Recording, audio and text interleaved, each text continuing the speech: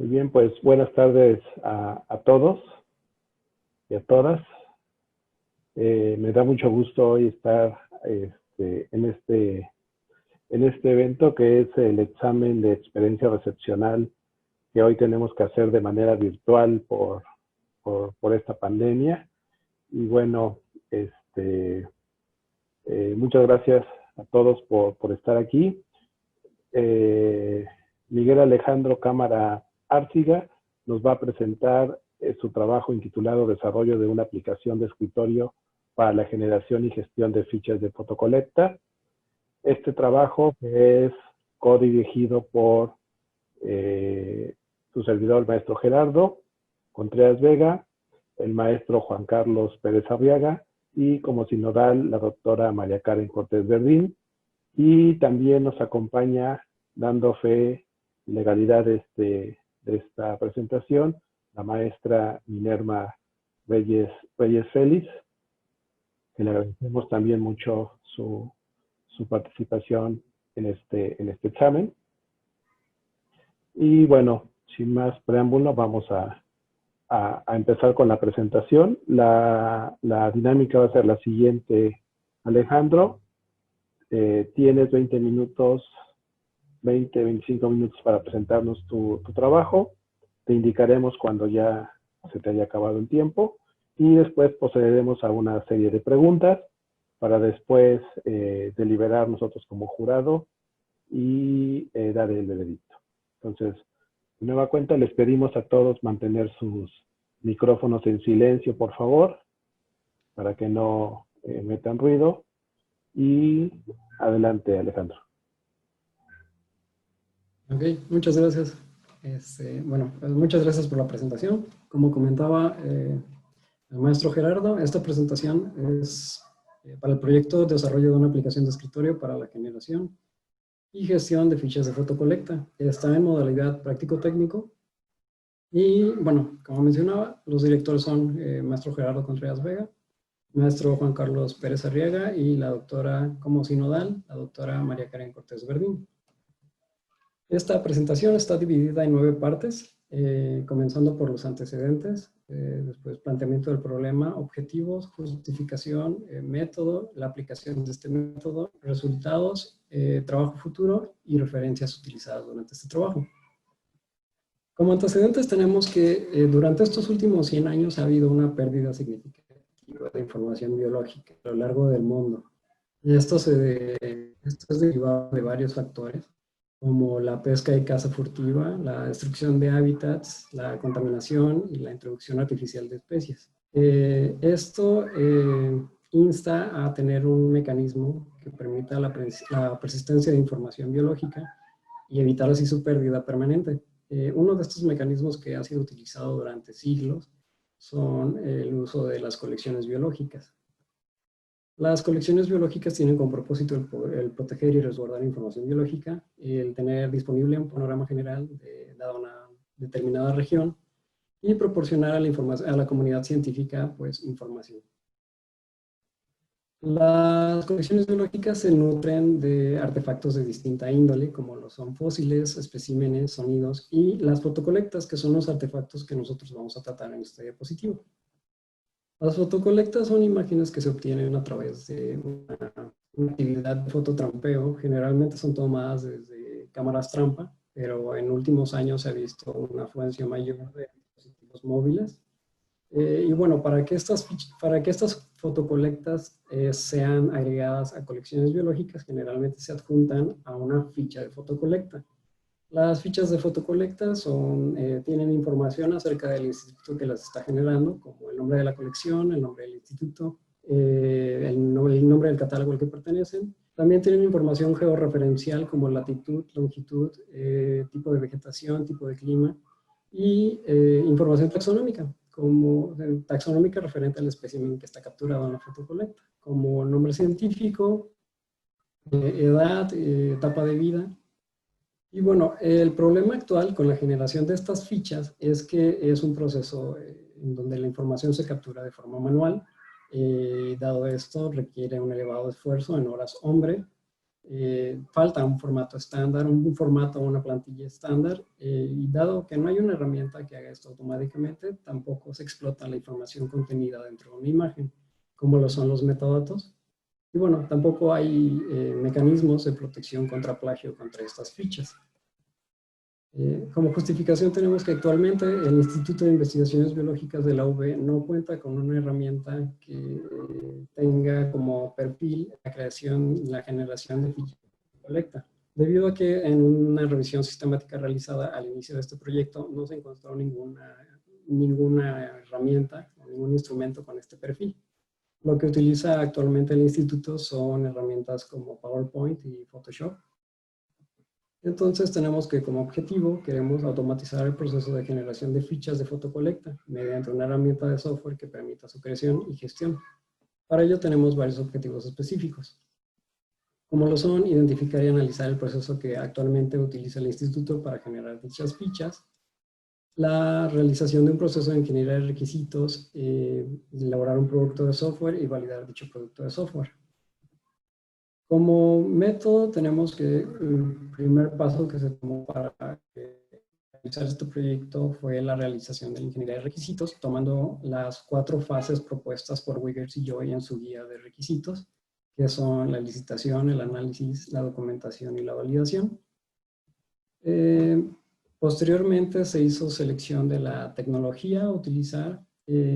Después se seleccionó el enfoque de desarrollo y bueno, se desarrollaron las iteraciones propuestas dentro del punto pasado.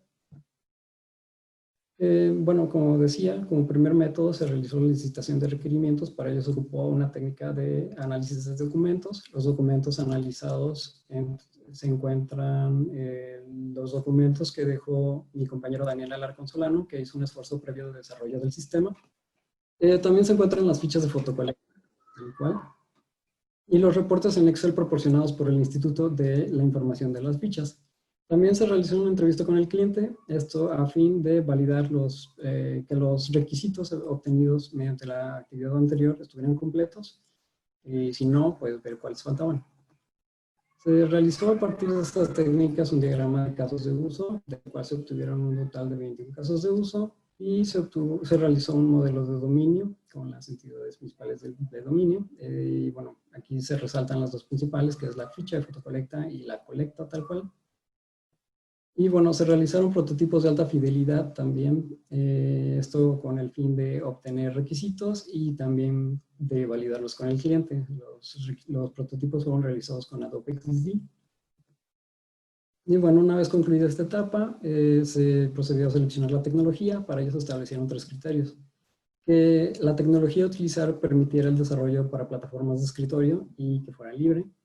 Que tuviera soporte multiplataforma. Y bueno, el último, como opcional, las aplicaciones en el mercado desarrolladas con dicha tecnología. Resultado de la aplicación de los primeros 2 criterios se obtuvieron las 3 herramientas que se ven en la diapositiva. NWJS, que fue la herramienta que estaba propuesta en el anteproyecto, Electron.js y JavaFX. A fin de eliminar 2 de estas tecnologías, se aplicó el último criterio, que son la cantidad, o bueno, las aplicaciones que tiene las aplicaciones que tienen la tecnología en el mercado. Y bueno, fue un claro ganador Electron.js, debido a que tiene pues, aplicaciones como Visual Studio Code, Slack, Kraken, entre otros. Y bueno, una vez concluida esta etapa, recapitulando, tuvimos un total de 21 casos de uso, de los cuales 3 presentaban complejidad alta, 11 baja, 5 complejidad media y bueno, aunado a esto, 10 casos de uso dependían del caso de uso principal. Con esto en consideración se decidió tomar un enfoque de desarrollo iterativo, como mencionaba, debido a la presencia de casos de uso complejo, la cantidad de casos de uso y a la dependencia entre casos de uso que no permitía el desarrollo en paralelo de estos. Y bueno, posteriormente se asignaron los 21 casos de uso en 3 iteraciones. Primero se dividieron los 3 casos de uso con dificultad alta en cada iteración a modo de aligerar el esfuerzo de desarrollo. Posteriormente se asignaron los de dificultad mediana, poniendo una mayor cantidad en la segunda iteración. Y bueno, finalmente los de dificultad baja, poniendo una mayor cantidad de estos en la tercera iteración, haciendo que la tercera iteración, a pesar de tener una mayor cantidad de casos de uso, estuviera relativamente ligera. Yo también comentaré la razón de esto en unas diapositivas después. Y bueno, como comentaba, cada iteración tiene un caso de uso de dificultad alta y bueno, lo explico en esta diapositiva. El que se presenta en la iteración 1 es el agregar ficha y presenta dificultad debido a que en ella se lidia con la extracción de metadatos. Tiene 3 formularios con sus respectivas validaciones. Debido a que es la primera iteración y el primer caso de uso en desarrollarse, requería la construcción de la estructura general de la aplicación, sobre la cual los demás casos de uso se irían desarrollando. Y bueno, cualquier error que se descubriera durante este caso de uso tendría un gran impacto debido a la importancia que tiene dentro del desarrollo y a la dependencia, a los casos de uso dependientes de él. En la segunda iteración tenemos el caso de uso de agregar plantilla, cuya dificultad residía en el desarrollo de la interfaz de usuario, dado que se requería desarrollar una interfaz como la que se ve en la diapositiva. Se requería una interfaz que permitiera la creación de una plantilla que contuviera etiquetas. Dichas etiquetas obtienen información de la ficha, ya sea de los metadatos o de los formularios que rellena el usuario. Y estas etiquetas deberían ser editables, reajustables, redimensionables, se tiene que poder eliminar y agregar. Entonces esto presentaba un alto esfuerzo de desarrollo. Y bueno, la última iteración, el caso de uso con mayor dificultad es el de rastrear ficha, debido a que se lidia con la inserción de datos en las fotocolectas. Esto que se realizó mediante el uso de la esteganografía. Por último, como comentaba, la iteración 3 se dejó intencionalmente más ligera debido a que en esta se ven los asuntos de despliegue en las plataformas objetivo y en la ejecución de las pruebas pertinentes para cada una de las plataformas.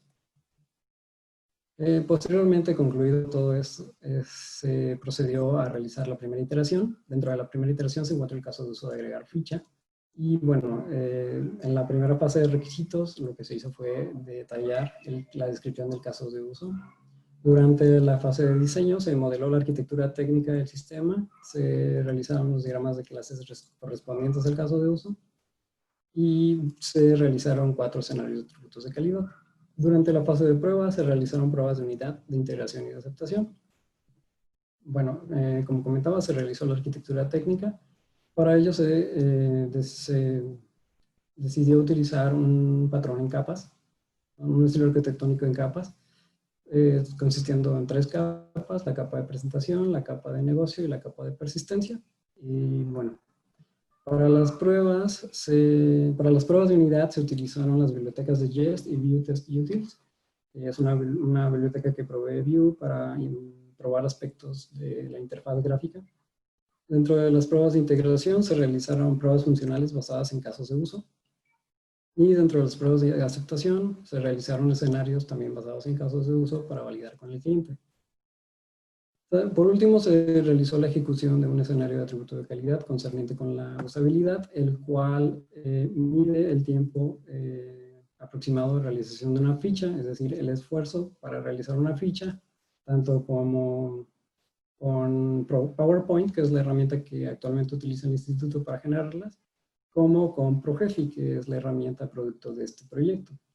Como se puede ver en la tabla, el rango de tiempo de minutos que utiliza ProGeFi para generar una ficha es mucho menor al tomado por PowerPoint. Bueno, finalizando esto, se desarrolló la segunda iteración. Dentro de esta segunda iteración se desarrollaron los 9 casos de uso que le corresponden, desarrollando para cada uno su descripción detallada, su modelo de diagramas, su modelo de secuencia correspondiente. Y bueno, se actualizó el diagrama de clases en donde correspondía. Y bueno, para la fase de prueba se realizaron pruebas de unidad, de integración y de aceptación. Igualmente, para la tercera iteración se realizaron los mismos pasos para cada uno de los casos de uso que corresponden a esta iteración.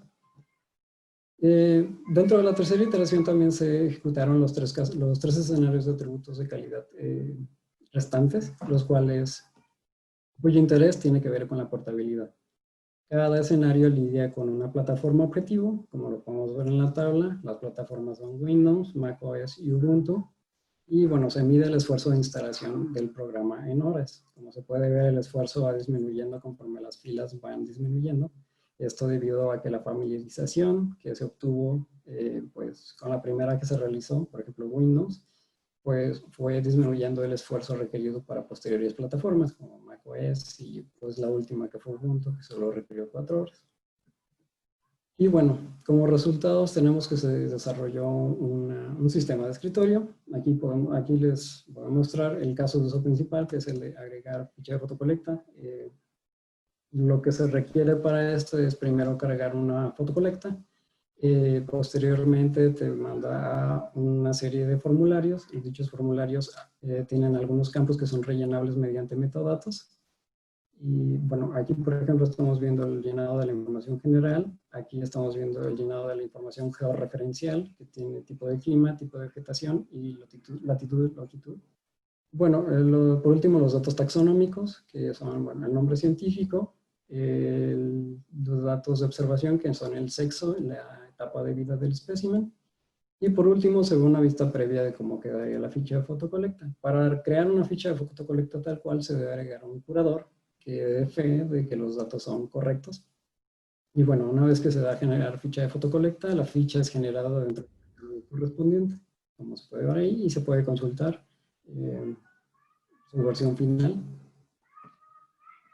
Y bueno, como resultados, como comentaba, esta aplicación se desarrolló para Windows, para macOS y para sistemas, para distribuciones Linux basadas en Debian.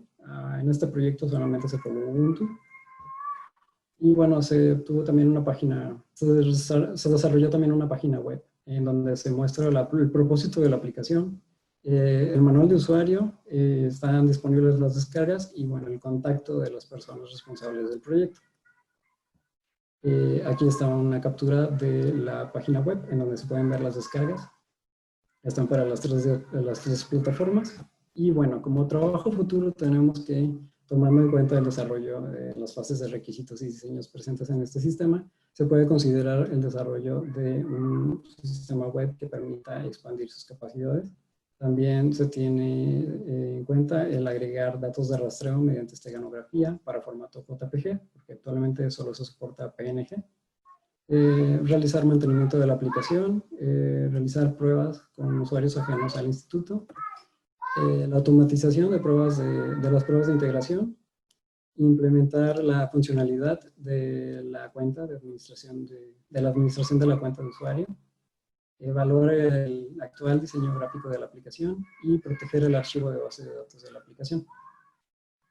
Y bueno, estas son las referencias utilizadas durante mi presentación y quedo al pendiente de las dudas que tengan. Gracias.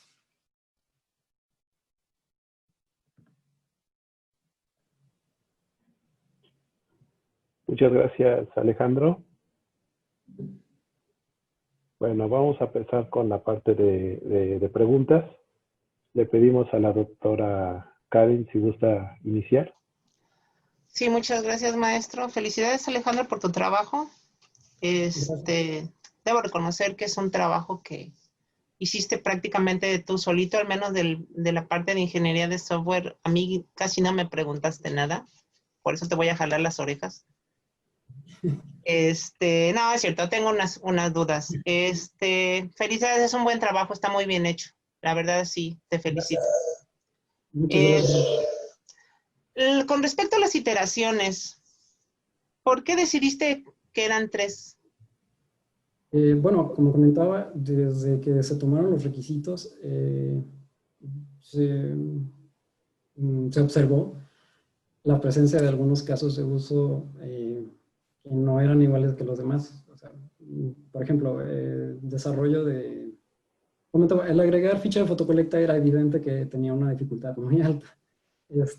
Pero, por ejemplo, en los otros casos de uso de agregar plantilla y agregar datos de rastreo eran casos de uso que requerían un esfuerzo de desarrollo desconocido para mí porque ni siquiera sabía muy bien cómo iba a implementarlos. Entonces lo que hice fue como cada uno pues, tenía una gran dificultad y los demás casos de uso realmente no presentaban tal desafío, fue dividir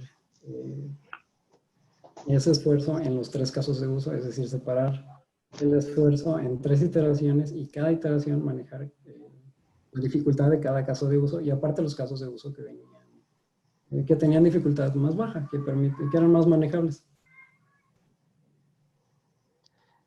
¿No se te ocurrió utilizar alguna métrica, hacer una clasificación un poquito más fundamentada? No sé, por ejemplo, sacar puntos de casos de uso. Lo consideré muy brevemente, pero bueno, considero ahorita al final del proyecto que no fue una actividad necesaria dado el alcance, dada la cantidad de casos de uso presentes y pues el dominio relativamente fácil del sistema, creo que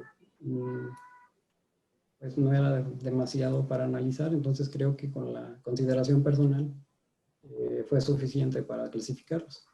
Pero ¿no se te ocurrió que, por ejemplo, podías dejar un registro de esfuerzo, de tiempo, de tamaños, no sé, incluso vuelvo con los puntos de casos de uso, para quien quisiera hacer adecuaciones, hacer una versión mayor, una versión relacionada? Digo, porque estamos acostumbrados a que, no, bueno, yo me desvelo, yo lo saco y pues ya ni modo, si eran 10 horas e invertí 20, pues ya ni modo, subestimé, ¿no? Pero pues es bueno saber cuando uno subestima o sobreestima, ¿no? Porque pues hubiera sido muy bueno tomar esas bases. Ahora, ¿no te ocurrió que hubieras subestimado o sobreestimado con un gran margen algunos casos de uso? Sí, sí, a ver, cuéntame. Fue una de mis grandes debilidades. De hecho, creo que a lo largo de la carrera la administración del tiempo para el desarrollo siempre ha sido una de mis grandes debilidades y se vio exponenciado en este proyecto. Sí, este desarrollo, al principio reconozco que no fue tanto mi culpa porque había seleccionado un tiempo de desarrollo de 6 meses a 1 año, bastante ingenuo, la verdad, pero bueno. Con los requisitos que yo tenía a la mano, bueno, con los requisitos, con el documento que se había desarrollado anteriormente. Con eso, simplemente teniéndolo en mente, el esfuerzo de desarrollo no presentaba tal complejidad, aparte se supone que ya había un desarrollo previo. Ya una vez viendo en sí los requisitos como tal, o sea, ya descartando ese trabajo, bueno, evolucionándolo, los requisitos que faltaban, sí hice estimaciones erróneas conforme a la duración de las iteraciones. Y creo que, bueno, pues como comentaba, es mi punto débil. Y lo que hice estos últimos 6 meses, 7 creo ya, para que no me volviera a pasar lo mismo, porque bueno, tengo un tiempo límite para el desarrollo también, fue desarrollar un cronograma ya tratando de tomar en cuenta el tiempo previo que me tomó realizar el trabajo que llevaba hasta el momento y con base en eso hacer mi mejor esfuerzo para realizar una proyección realista.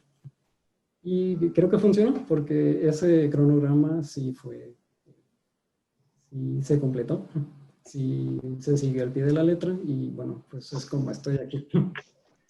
Bueno, en tus iteraciones, dado lo que comentas, que entonces no ibas muy apegado al cronograma, ¿en algún momento en tus iteraciones sentiste que ya debías de pasar a la siguiente iteración? O sea, ¿cómo decidiste mantenerte en esa iteración o pasar a la siguiente si estabas presionado por el tiempo? Me pasó en la primera iteración en donde solo hay un caso de uso, porque el caso de uso es enorme. Ese caso de uso me llevó mucho tiempo y yo pues me seguía pensando, todavía no he realizado lo del rastreo de las fichas y otras cosas que igual van a presentar complejidad en su momento, pero como mencionaba en la dificultad de los casos de uso, la dificultad de casos de uso de esa primera iteración es que cualquier error que se encuentre dentro de ese caso de uso va a repercutir en los demás. Entonces, aunque yo quisiera decir, no, ya me harté y voy a seguir con los demás casos de uso, si después, cuando retomara el caso de uso, encontrara un error de lógica o de requisitos, etcétera, me podría impactar a los casos de uso que decidir continuar en lugar de realizar el primer caso de uso. Entonces creo que la mejor, en ese caso en el que sí me dio tentación, fue lo mejor terminarlo primero y ya seguir con las demás iteraciones. ¿Hiciste pruebas de ese caso de uso? En esa primera iteración. ¿Fueron exitosas? Quiero decir, ¿encontraron defectos? Sí. ¿Sí? Y tenía muchas validaciones, muchos formularios que sí arrojaron muchos defectos al principio. Bueno, no muchos, pero sí arrojaron algunos defectos. Y entonces, ¿cómo salió esa estimación? ¿Sobreestimaste o subestimaste? Subestimé, yo creo. ¿Por cuánto? ¿En qué porcentaje? No sabré decir el porcentaje, pero sí le podría decir que se podría medir en meses. Bueno, pero a lo mejor tú dijiste, van a ser 3 meses y resultaron 6. Entonces quiere decir que subestimaste en un 100%, porque salió el doble. Pues algo parecido, creo que sí. Realmente no tengo la estimación exacta, pero yo creo que sí fue más o menos como usted comenta, como un 100%. Pues es bastante, ¿no? Porque el 100% es como decir, voy a hacer el trabajo en este ratito y resulta que no sale en este ratito, ¿no? Lo voy a vender y le quedo mal a mi cliente, ¿sí? Bueno, con respecto a la arquitectura técnica, mencionaste por ahí que habías elaborado la arquitectura técnica y además mencionaste 4 escenarios de atributos de calidad. ¿Me puedes decir cuáles eran esos escenarios y cómo influyeron en el diseño de la arquitectura? Ok, bueno, revisé 3 escenarios que estuvieron, cuyo interés radicaba en la portabilidad del sistema, en qué tan portable era el sistema, qué tanto esfuerzo requería para portar el sistema pues, de una plataforma a otra. Y un único caso de uso relacionado a la usabilidad que medía el esfuerzo de creación de una ficha de fotocolecta una vez que se tuviera desarrollada la funcionalidad, que pertenecía al primer caso de uso. En la arquitectura técnica se vio reflejado tal cual bueno, es que tal cual se ve reflejado, por ejemplo, la portabilidad se ve reflejado desde la selección de la tecnología, que la tecnología es la que permite la portabilidad. Y esto, pues, trasladándose a la arquitectura técnica, yo creo que no hay muchos, no sé cómo decirlo. En sí, la arquitectura en capas soporta la portabilidad, según he leído, pero no hacemos uso de ese... Es en capas cuando la capa más baja es la que está relacionada con el hardware. ¿Es así? Pues la arquitectura en capas que he leído en algunos textos, sí, pero en este caso... No, en tu caso, o sea, se dice que es una arquitectura en capas porque la capa más baja, sobre la que descansan el resto de las capas, es la capa relacionada con el hardware. Entonces, cuando tú portas ese sistema o esa arquitectura a otro hardware, cambias la capa. Ajá, pero, ¿sí? Bueno, entonces, aquí la pregunta es, ¿el framework o la tecnología te hicieron hacer una arquitectura en capas? ¿Te obligaron a hacer una arquitectura en capas? No, la tecnología no ató al desarrollo de alguna técnica, de una arquitectura técnica en particular. Muy bien, interesante. Entonces, ¿cómo escogiste una arquitectura en capas? Porque evidentemente tu arquitectura en capas entonces no atiende la necesidad de portabilidad. No, realmente lo que atiende es una separación de intereses. Ok. Como está dividida en la capa de presentación, de lógica y de presentación, cada capa tiene su interés particular, lo cual creo es no sé cómo comentarlo, una estructura que permite después... La facilidad de cambios, ¿no? Facilidad de mantenimiento, porque si están separados los intereses, están bien localizados y tú dices, voy a modificar X y ubicas dónde está X. Y se supone que no debería haber efectos colaterales, se supone, si se respetan las capas. Ok, entonces, ¿cómo es? La arquitectura entonces no atiende portabilidad. ¿Tienes un escenario de portabilidad? Sí, tengo pues el escenario de portabilidad que describe el escenario en el cual el sistema debe ser portado a otros sistemas. Ok. Bueno, que se utilizó para para los sistemas que aumentan la diapositiva. Y bueno, tendría que, bueno, dice que el esfuerzo que debe tomarse para aportar un sistema a otro no debería llevar más que el esfuerzo que... Ok, esa es la métrica. ¿Cuál es la táctica?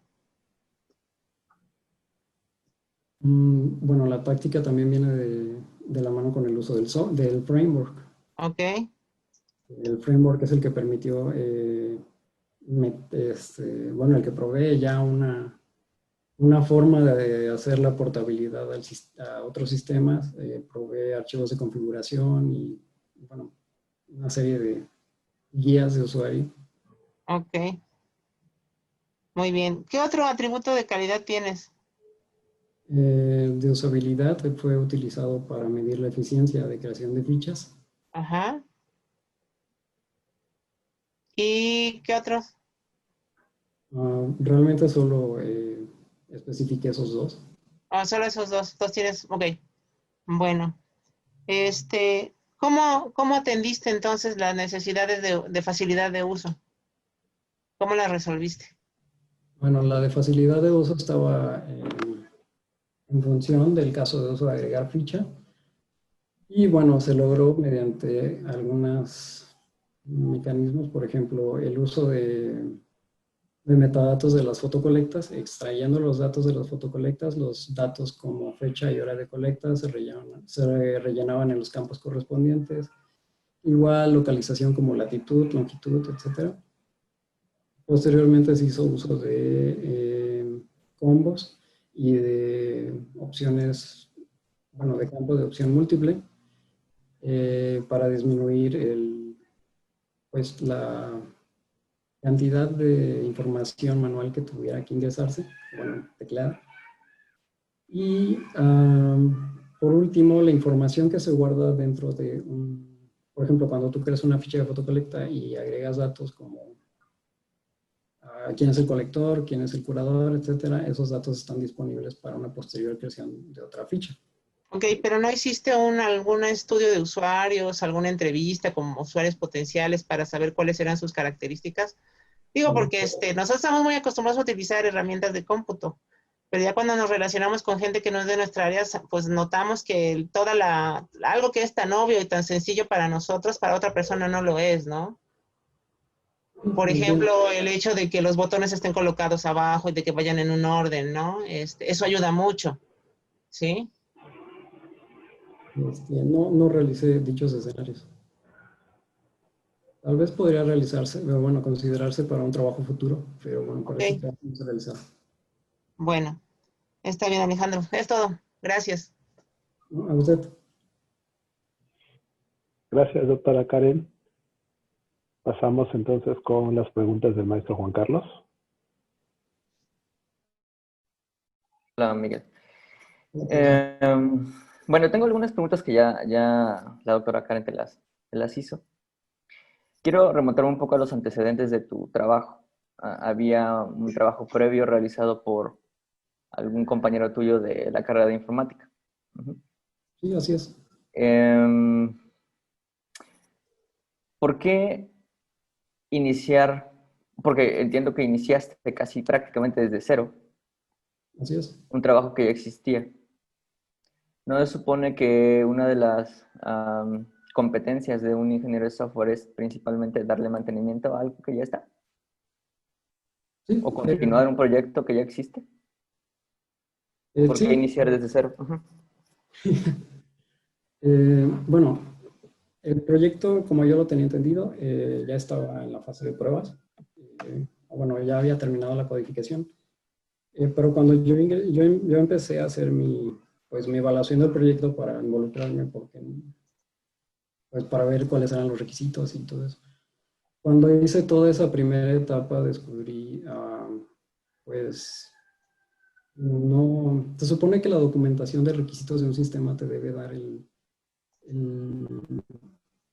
la vista general de un sistema, de qué se trata, qué requisitos cumple, y bueno, un poco, cuando tú veas el sistema, tú debes decir, ok, esto es lo que tiene, estas funcionalidades cumple, etc. Cuando yo vi la documentación de requisitos de ese sistema, no pude asimilar eso. No me quedó claro el propósito de la herramienta, ni algunas funcionalidades. Aparte, aunque existían diagramas de robustez y de secuencia, no me quedaba, eran muy generales como para decirme cómo habían sido cubiertos esos requisitos en la parte del código, o bueno, de la implementación. Entonces lo que hice fue tomar los requisitos que estaban en el documento y con el principal cliente del sistema, que es el doctor Cristian, y bueno, le presenté los requisitos. Dado esta presentación, bueno, ya obtuve una mejor vista de lo que era el sistema, de lo que debería ser, y varios requisitos que no estaban contemplados. Y bueno, por ejemplo, por poner un ejemplo, cuando tú creas una ficha de fotocolecta, tú tienes una plantilla. De hecho, es uno de los casos principales, el de plantilla. Tú tienes una plantilla sobre la cual van a ir las etiquetas, y de esas etiquetas pues están llenas de la información que se va a mostrar después. Según analiza las fichas de fotocolecta, esas plantillas no son estáticas, siempre hay algo que, pues no sé, que evoluciona. Tal vez este campo que estaba aquí no me di cuenta y pues ya generé unas fichas, pero después lo quiero mover o quiero agregar otro, etcétera. Y bueno, ese caso de uso tan simple no estaba documentado ni comentado, no estaba contemplado en los requisitos. Lo que hacía era, lo que se hacía en el código, porque no estaba en los requisitos, o sea, me metía al código que estaba y me metía a ver qué hacía. Lo que hacía era tener un formulario único. No, perdón. No, sí, creo que sí estaba dividido. Tenía varios formularios. De esos formularios se llenaba directamente a una plantilla única que no se podía modificar ni nada. Bueno, esa era una cuestión. Pero también la forma en la que se implementaba esto era otra cuestión. Esta aplicación había sido pensada como multiplataforma desde un inicio, me parece. Estaba en el anteproyecto cuando yo tomé el proyecto. Y en la parte del código, aunque se había elegido NWJS, que es un framework, al igual que ElectronJS, para manejar portabilidad, se estaba utilizando una plataforma que me parece se llama ImageMagick, para la manipulación y la generación de imágenes. Y en su momento yo investigué acerca de esa herramienta para pues también utilizarla. Y bueno, dado que estaba en tan etapas avanzadas, lo que descubrí pues fue que no se había considerado que el uso de esta biblioteca de ImageMagick no era pertinente para este tipo de desarrollos, dado que no tiene compatibilidad o bueno, no se ajusta con Node.js. Entonces lo que se tiene que hacer es, me parece, no estoy muy seguro del proceso, pero compilar los binarios.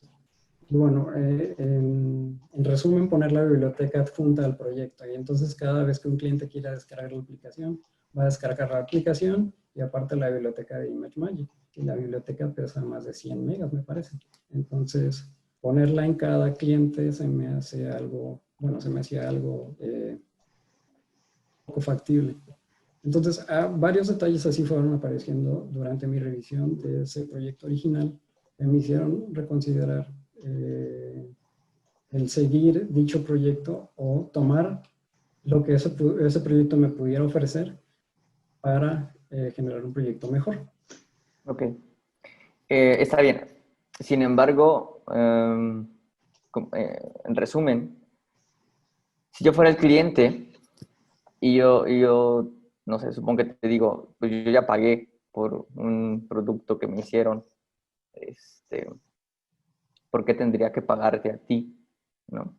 En términos de razones y argumentos, ¿cuáles serían esas razones para convencerme a mí de que apostar por este nuevo desarrollo es lo mejor? No en términos de supuestos ni de dichos, ¿no? Sino argumentos sólidos. Por ejemplo, el costo es uno de ellos. Pues yo creo que un argumento que podría hacerlo cambiar de opinión muy rápido es que le va a costar lo del proyecto anterior y aparte el que yo trabaje sobre este proyecto, porque voy a tener que, aunque ya esté muchas cosas, es probable que yo tenga que rehacer muchas cosas que ya están o que tenga, bueno, en sí, yo trabajando sobre ese proyecto ya es costo que le está generando a él de algo que ya pagó. Entonces, pues va a pagar doble. ¿Por qué no mejor pagar solo por la aplicación que originalmente quiere? Ok. Bueno, otra pregunta que tengo es sobre el proceso que elegiste. Mencionas mucho iteraciones, ¿no? ¿Cuál es la diferencia entre una iteración y priorizar? Porque hablas también de que elegiste los casos, aunque el caso de uso más difícil al principio, ¿no? ¿Cuál es la diferencia entre priorizar? O sea, es decir, voy primero con esto, a iterar. Bueno, pues hay que ver también creo, las consideraciones de cada caso de uso. Las iteraciones, como le explicaba la doctora, la razón de que haya 3 es que hay 3 funcionalidades con dificultad alta. Pero de ahí en fuera los demás, además, clasificaciones, las 2 iteraciones restantes, porque la primera iteración ya estaba cargada con el primer caso de uso, que era muy extenso como para realizar otra en esa, es que se tomaron en cuenta, por ejemplo, la dependencia entre casos de uso. Varios casos de uso, 10 para ser específicos, no podían realizarse si no se realizaba el caso de uso principal, pero no eran las únicas dependencias. Había otras, por ejemplo, el caso de uso de exportar ficha no podría realizarse sin el caso de uso de rastrear ficha. Casos de uso de consultar catálogos no se podría, bueno, sí se podría realizar, pero dificultaba un poco más su desarrollo y no se realizaban antes el agregar catálogo y así varias consideraciones en cuanto a dependencias entre casos de uso. Y bueno, en cuanto al esfuerzo de los casos de uso, porque no siempre coincidía en que entre más abajo de dependencia, más fácil era. Se tomó en cuenta también el trabajo que había que realizar en cada iteración. Como mencionaba, en la tercera iteración y en la primera iteración estaba el esfuerzo concentrado en el caso de uso, de agregar ficha. En la tercera iteración había que considerar también que el sistema tenía que ser portado a las 3 plataformas. Y aparte la realización de pruebas de regresión y, bueno, demás consideraciones. Entonces, pues fui jugando con el tiempo o el espacio que me permitía cada iteración para asignar a cada uno de los casos de uso. Ok. En relación a la cuestión de esteganografía, ¿qué requisitos satisface?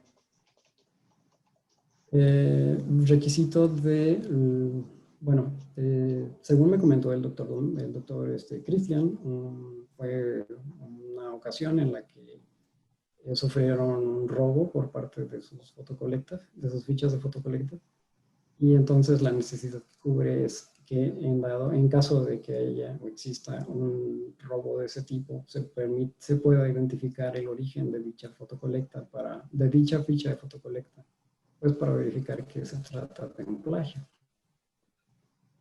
Pero, ¿realmente se validó eso? Parcialmente. Ahora, cuando tú tienes una ficha, tú puedes exportarla a un formato PNG y ese formato, bueno, esa ficha ya con formato PNG ya tiene datos de rastreo. Tú puedes ingresar a esta misma herramienta, ingresar esa ficha y te va a mostrar los datos incrustados que te permiten decir, quién creó la ficha, la fecha y hora en la que se creó la ficha, y al instituto en donde se creó la ficha. Digo parcialmente porque solamente está en formato PNG. No sé si eso responde a la pregunta. No, o sea, bueno, en parte, porque comentabas que de alguna manera se tenían problemas de plagio, ¿no? Y que eso te llevó a de alguna manera incluir esta técnica, ¿no? En la generación de fichas. Pero ¿cómo tú entonces estás validando eso?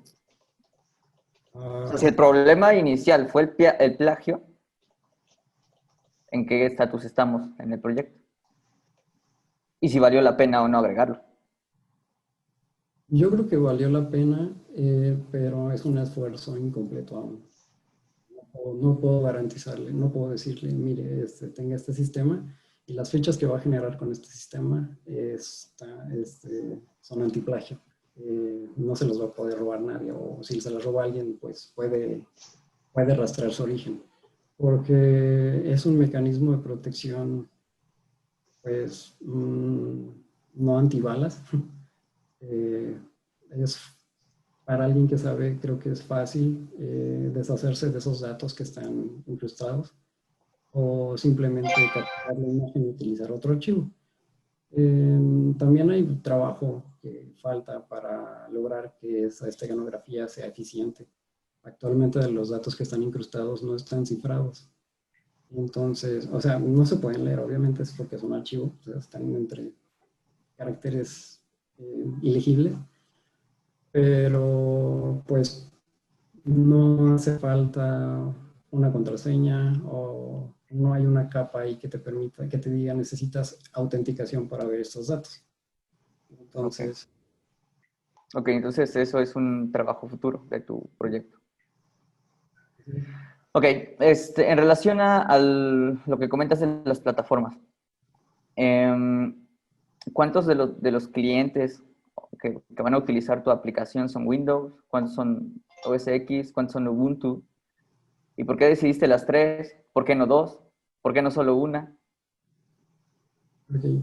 Bueno, la consideración que se tomó para que esta aplicación fuera multiplataforma es que es un proceso que no siempre realizan los investigadores. Para empezar, la audiencia son los investigadores del instituto. Podríamos hacer un censador, del que yo sé, utiliza Windows.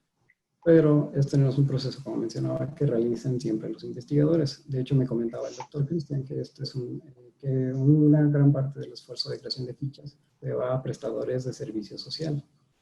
Entonces, pues creo yo, bueno, no sé la verdad, pero existe una alta rotación de equipos como para decir, vamos a hacerlo en Windows y pues esperemos que todos traigan Windows. Esa fue la razón por la que se decidió hacer multiplataforma, lograr un mayor número de dispositivos para que una mayor cantidad de personas pudiera realizar su trabajo como prestador de servicio social, creando fichas. Ok, ahora, finalmente. Entiendo esta razón, pero no justifica la elección.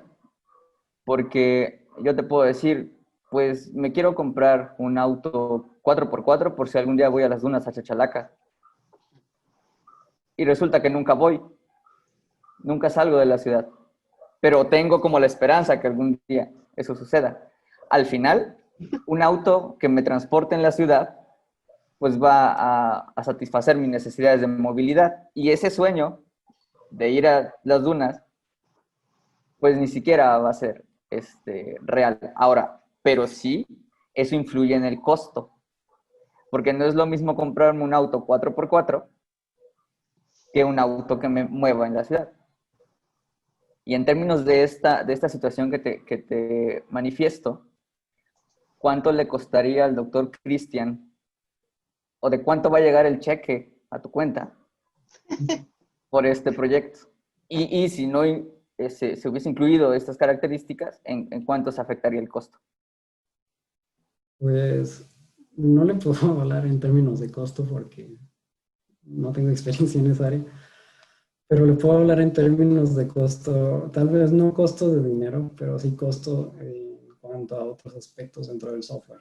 El hecho de que quisiera que su software fuera multiplataforma Como sabemos, los atributos de calidad aumentas unos y le pegas a otros. En este caso, aumentamos la portabilidad, fue el atributo de calidad que resaltamos, y le pegó a atributos como el rendimiento. Esta aplicación, no sé si alguien la ha ejecutado, pero consume un porcentaje de memoria RAM mayor a que si fuera una aplicación nativa. Entonces, ese es el costo. Ese es el costo de tener una aplicación multiplataforma sobre una nativa, por ejemplo. Pues no necesariamente, Bueno, una aplicación. porque el punto es que precisamente me das la razón. O sea, al tomar decisiones sin un sustento muy claro, entonces nos da pie a supuestos. Y entonces cae exactamente en el mismo escenario de lo que te platicaba del viaje a las dunas, ¿no? O sea, estamos suponiendo que quien ejecute tu aplicación, no importa la plataforma, va a tener los requerimientos de hardware necesarios para poder ejecutarlo sin problema. ¿Y qué tal si no? Pues en este caso, en este proyecto, se decidió contemplar esos escenarios. La verdad, desconozco qué tan factibles sean, pero dado que es una rotación de servicios sociales, de personas que vienen de servicio social, no sabría decir si, bueno, yo creo que la mayoría tiene Windows, pero no sabría decir qué tal si la mayoría tiene Mac. Pero es igual, un ingeniero de software que supone eleva los costos al doble, o a lo mejor no llega al presupuesto que le dieron y se queda corto. ¿Sí? O sea, puede pasar ambos escenarios y no nos podemos dar como esa libertad de pues suponer, porque al final si te hubiesen asignado un presupuesto a este proyecto, a lo mejor ya lo hubieras superado por lo doble, por lo que le comentaste a la doctora Karen en tu estimación, y saliste poniendo. O sea, al final, como un profesional, la parte de ingeniería de software es tu responsabilidad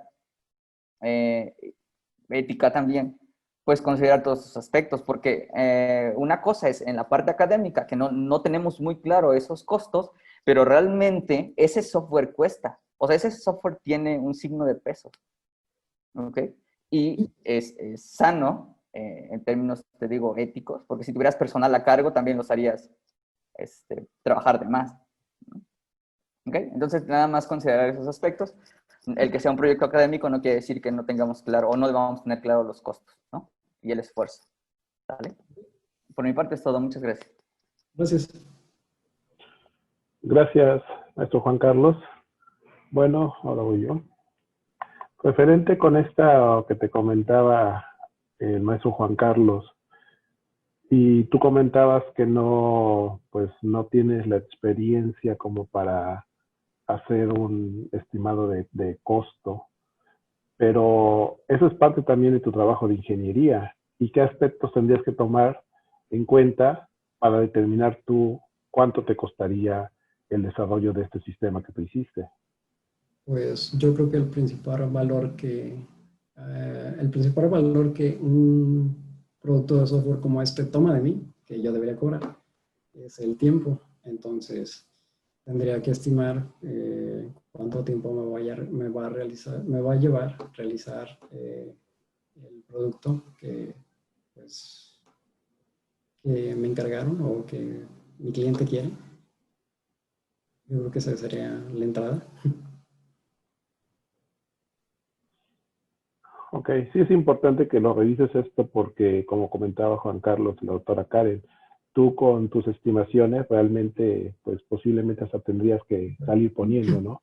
Entonces, esa parte que, como también lo comenta bien el maestro Juan Carlos, es una parte académica, pero si no, pues tú vas a terminar llevando a un mal término este proyecto, porque o bien terminas poniendo, no lo entregas en los tiempos adecuados y eso te va a ocasionar que, en pocas palabras, pues seas un mal ingeniero de software, ¿no? Entonces sí hay que poner énfasis en esos detalles, ¿sí?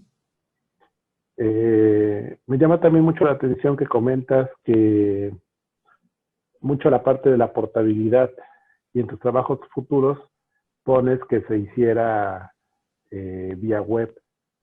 Mi duda es, ¿por qué no hacerlo desde un inicio vía web y ya te olvidas de esa parte de la portabilidad?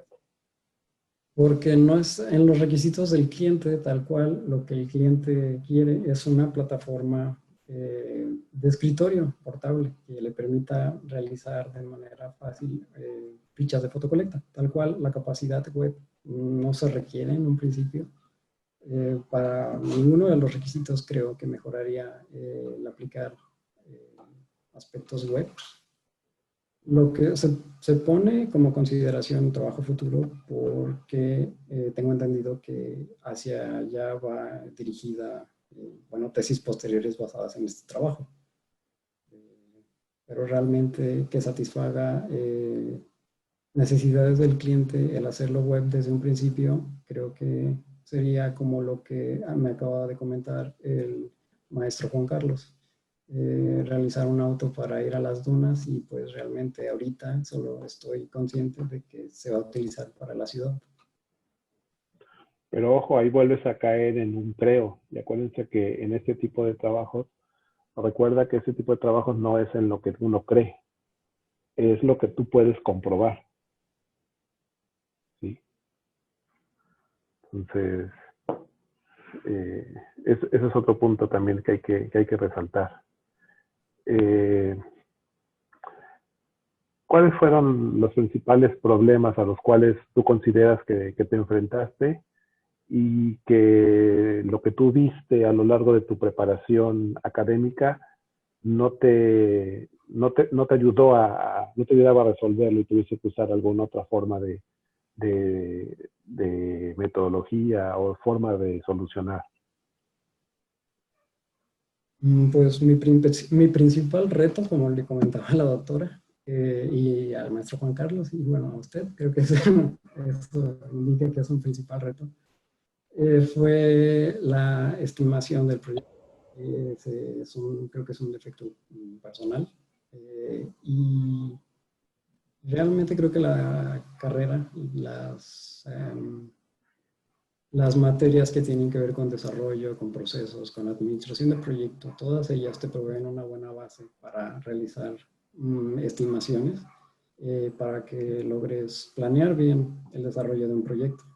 No creo que haya deficiencias ahí, pero creo que esos, al menos en mi caso, esos aprendizajes requieren algo de tiempo y experiencia para realmente entrar en, pues como lo comento, en mi caso personal, para que realmente sean aplicados de manera eficiente.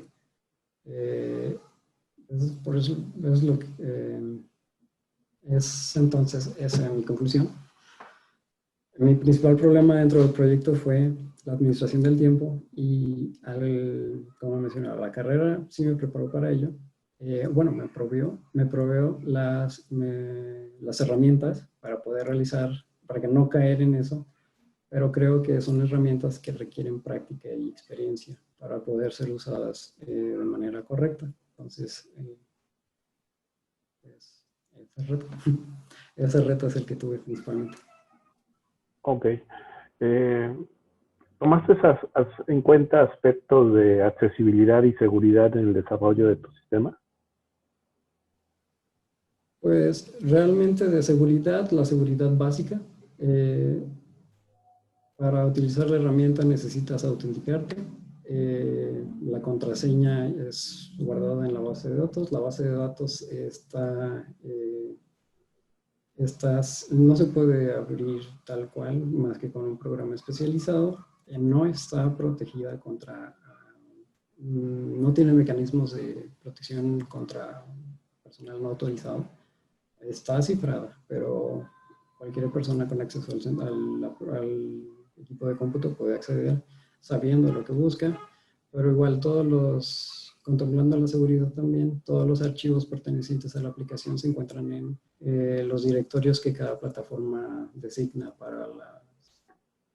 para que los programas guarden ahí pues, los directorios que requieran, las carpetas o archivos que requieran. Entonces, alguien que en realidad quisiera hacer al uso de la información de esta aplicación, pues tendría que saber dónde buscar, bueno, cómo funciona, cómo abrir los archivos. Entonces, pues ese es el nivel de seguridad que provee actualmente la aplicación. Claro que hay mucho campo de mejora, por eso mencionaba en uno de los campos futuros también lo de la autorización de la base de datos, pero dado que es un ambiente monousuario, creo que esas consideraciones de seguridad ahorita no tienen tanto impacto como lo podrían tener, no sé, si evoluciona esta aplicación algo más, no sé. Y en materia de accesibilidad. Sí, de accesibilidad, realmente lo único que consideré para usabilidad que va, creo, de la mano con la accesibilidad son los 10 puntos que provee Jakob Nielsen, y realmente es lo único que se provee en cuanto a accesibilidad. Ok. Gracias, Alejandro. No sé si doctora Karen, maestro Juan Carlos tengan alguna otra pregunta. No, Yo por mi parte sí, es todo. yo tengo una. Adelante. Alejandra, me gustaría saber qué experiencias educativas te ayudaron más para hacer este proyecto. Pues no sé si tengo una experiencia educativa aquí.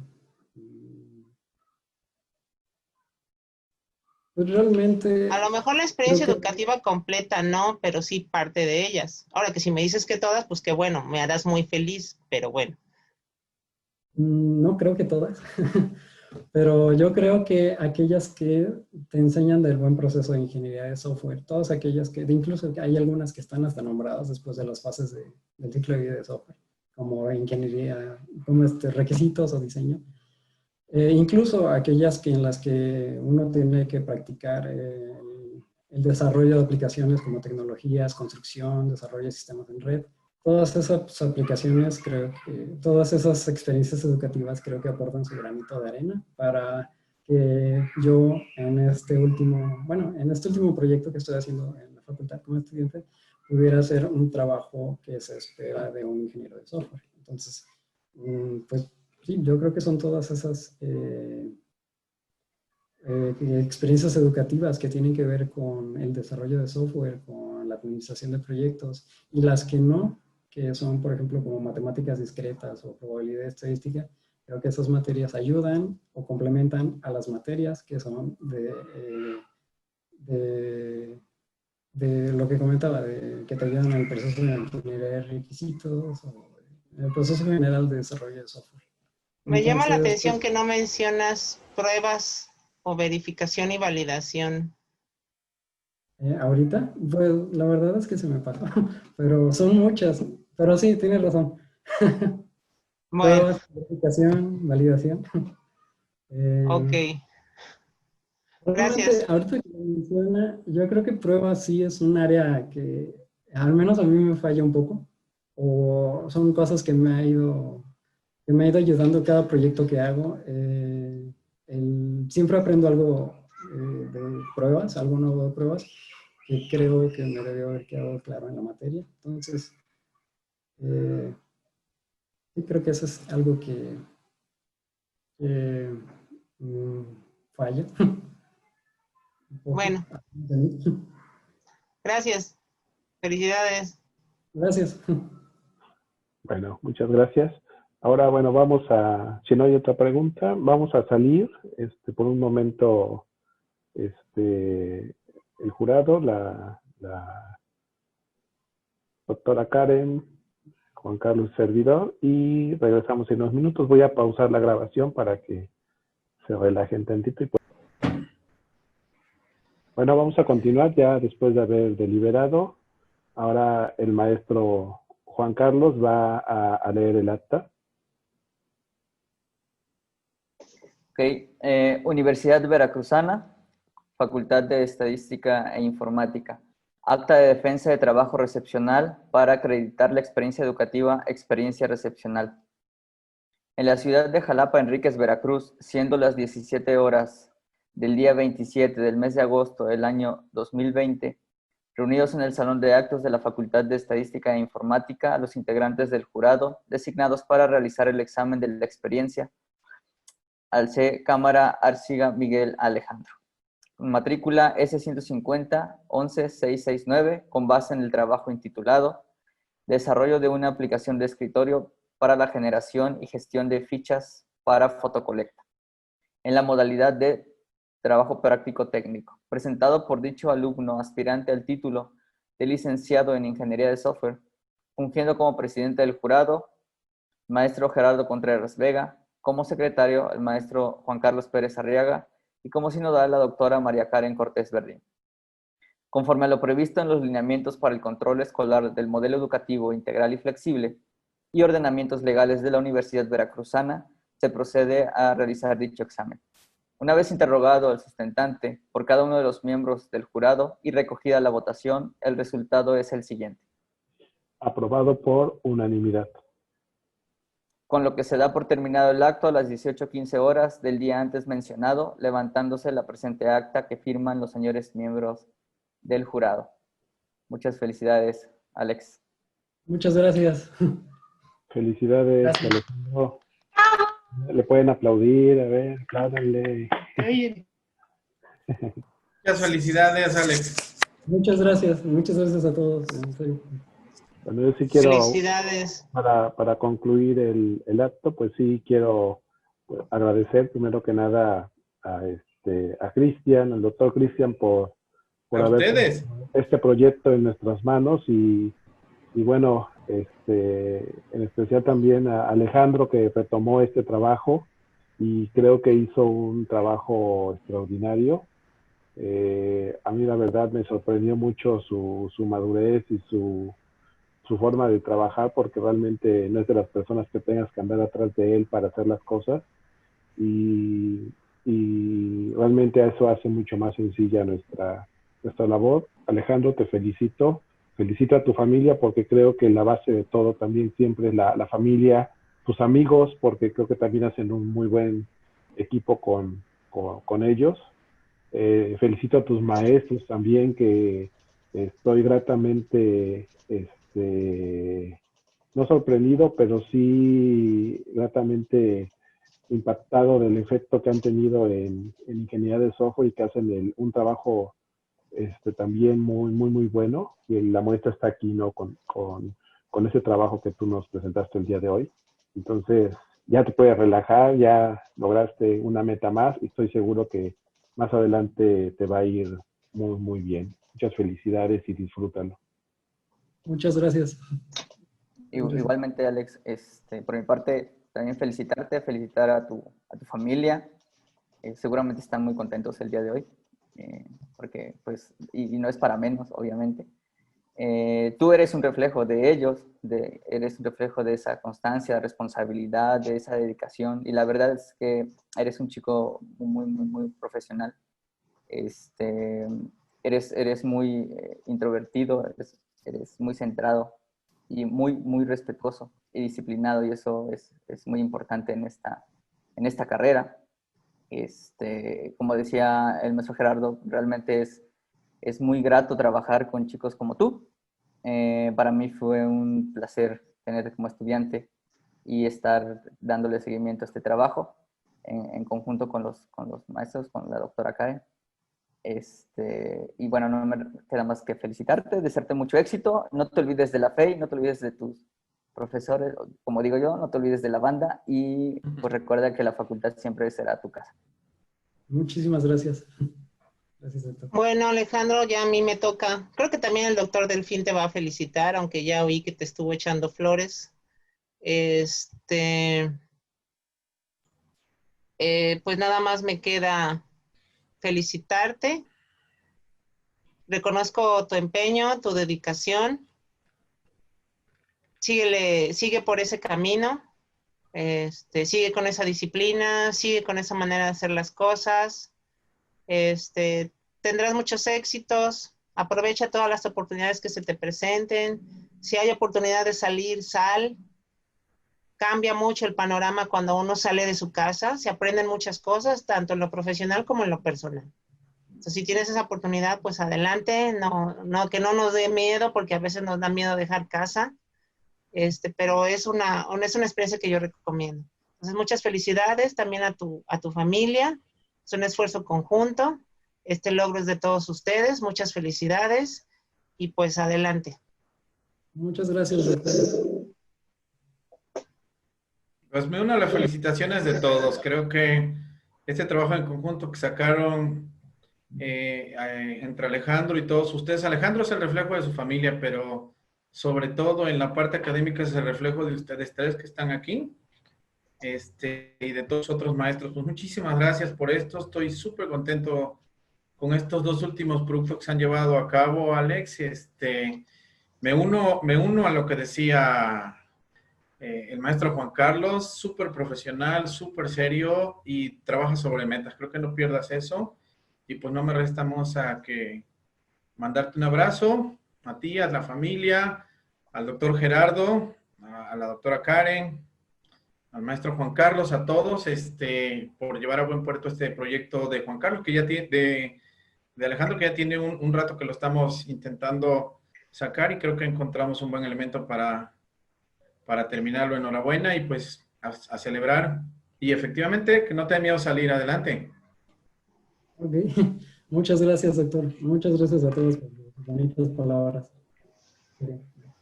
Ha sido también para mí una experiencia muy grata trabajar con ustedes y reconozco la labor de todos ustedes para crear y mantener la carrera de la que pues, próximamente me voy a estar graduando. Reconozco la verdad que es un trabajo excelente. Yo que he tenido experiencia en otras áreas, al menos en mi poca experiencia, yo creo que ustedes están haciendo una labor excepcional. Muchas gracias también por todo lo que nos imparten. Muchas gracias. Gracias a ti.